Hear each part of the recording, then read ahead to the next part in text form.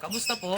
Ako po ay nagagalak na sabihin na meron na po tayong albino sa ating maliit na facility. Yan, meron na po tayong albino na juvenile. Yan, makulit, makulit. Then meron na rin po tayong blue.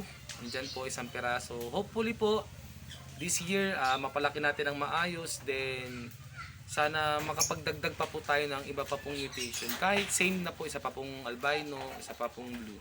Sana madagdagan pa po. Ayan.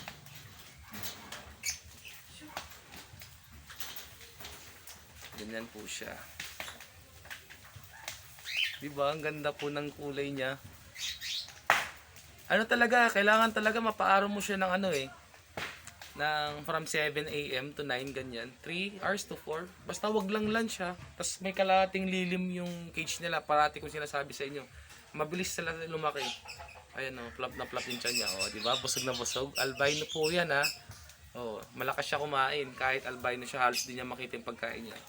Basta proper lang po yung pag-aalaga, madali po silang lumaki. Yan, 2024, meron na po tayong albino. Yan po. Sana mapalaki natin at mabreed po natin soon in the future po after 2 years po or less. Sakaling lumaki agad. Ayan po siya.